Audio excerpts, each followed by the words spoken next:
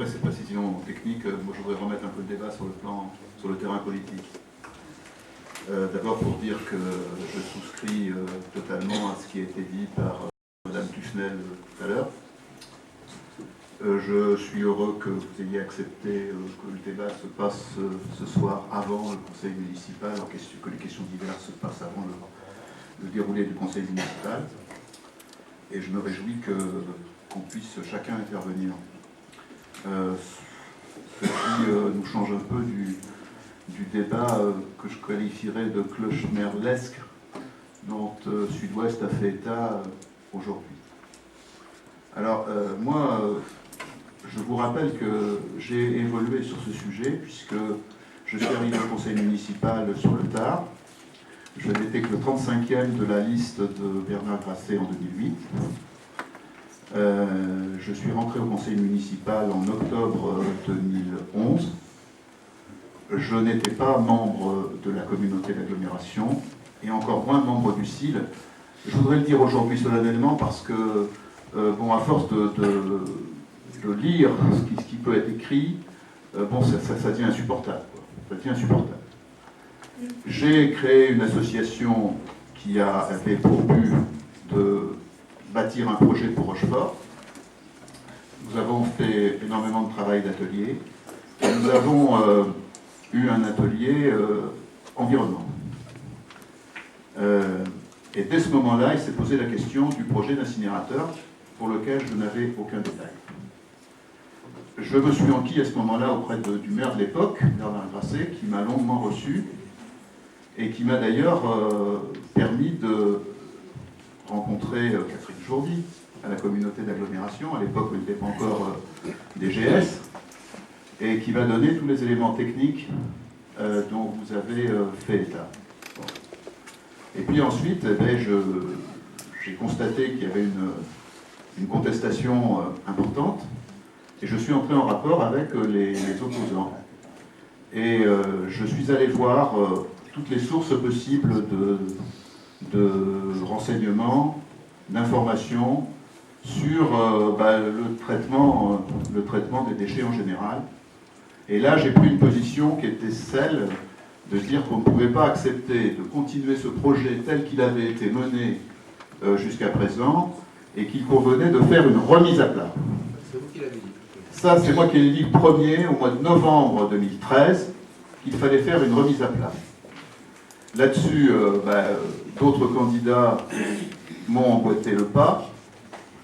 Et vous avez mis un certain temps, monsieur le maire, à prendre position. Je me souviens d'ailleurs des débats qui avaient eu lieu à cette époque, où vous ne saviez pas, vous deviez rencontrer les gens de PRA, enfin ainsi de suite. Et donc vous avez fini sur le tard par écrire et tenir les propos qui ont été rappelés tout à l'heure par Madame Tuffnel. Alors, bon, il y a quand même quelque chose qui ne va pas là, parce que, au moins, moi j'ai d'abord été pour une remise à plat du dossier, et puis ensuite j'ai évolué, puisque au fil des jours, j'ai dit, mais finalement je suis contre ce projet. Et plus généralement, je suis contre l'incinération. Parce que pour moi, l'incinération, c'est une méthode du siècle dernier, du XXe siècle. Ce n'est pas une méthode du XXIe siècle. Aujourd'hui, le traitement mécano-biologique est condamné dans toute l'Europe. Absolument. Que donc, bon, là-dessus, c'est une aberration de le mettre en place sur le territoire du pays rochefortais, mais qu'en plus, j'ai acquis la conviction que l'incinération, le principe même de l'incinération, allait être peu ou prou, dans les prochaines années, condamné et abandonné. Et au niveau économique, il me paraissait dès lors aberrant qu'on puisse engager les contribuables de l'ensemble du CIL dans cette opération sur 30 ou 40 ans, en les endettant sur 30 ou 40 ans, sachant que tôt ou tard, on allait le législateur allait interdire l'incinération. Et c'est pourquoi je me suis prononcé à ce moment-là contre, et que lorsque l'affaire est prise dans le conseil municipal, d'ailleurs, ce qui m'a valu l'attitude que vous savez du précédent maire, et qui s'est d'ailleurs confirmée récemment, j'ai voté contre ce projet. Bon. Vous êtes prononcé sur le tard, et je pensais qu'à tout le moins, vous alliez au moins aller à la première étape de ce qu'avait été mon raisonnement, c'est-à-dire aller sur la remise à plat. Mais il n'en a rien été. Vous vous êtes fait élire maire avec ses propos et ses promesses. Vous avez été élu président de la communauté d'agglomération. Aujourd'hui, vous nous dites, mais moi je ne suis pas le seul à décider, c'est collégial.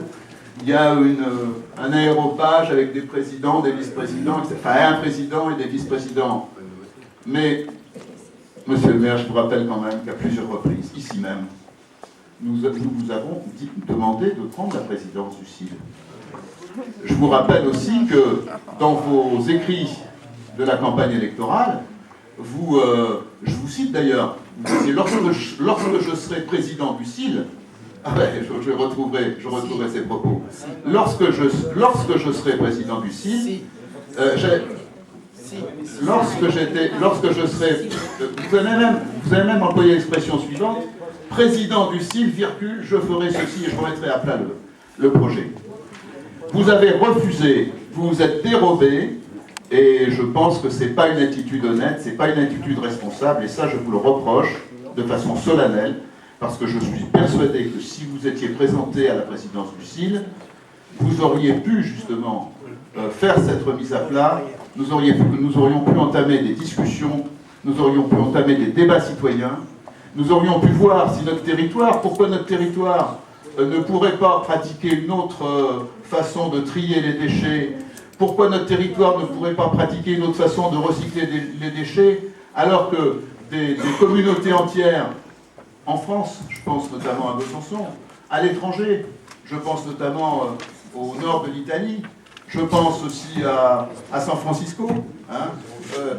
Vous avez partout dans le monde, aujourd'hui, des grandes entités qui se lancent dans la politique zéro déchet. Non, vous avez expliqué, monsieur le maire, en plus, vous avez expliqué, vous avez osé nous expliquer que vous ne vouliez pas prendre la présidence du CIL parce que vous étiez débordé, vous aviez trop de travail, parce que vous aviez votre métier d'avocat, que vous aviez des responsabilités qui vous empêchaient de le faire. Et aujourd'hui, on apprend que vous allez prendre la tête de liste des régionales. Alors, bon, est-ce qu'il y a de la cohérence dans tout ça? Non, en fait, vous avez reculé et vous avez dit, bon ben, laissons les autres. Vous avez laissé élire quelqu'un dont vous saviez pertinemment qu'il était favorable, puisqu'il avait participé à tout, lui, au niveau de l'hyper-incinérateur. Et aujourd'hui, nous en arrivons là. Et j'ai une autre question d'ailleurs diverse à vous poser tout à l'heure sur un autre sujet, qui rejoint complètement ce propos. Alors je crois qu'effectivement, en politique, je crois qu'il faut faire ce que l'on dit et dire ce que l'on fait. C'est pas une phrase de moi. Et que là, vous ne le faites pas. Et je suis quand même très déçu de ce comportement. Voilà. Nous aussi.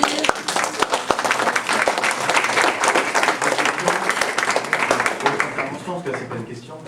Oui, non, c'est pas une question, c'est une intervention. Monsieur le maire,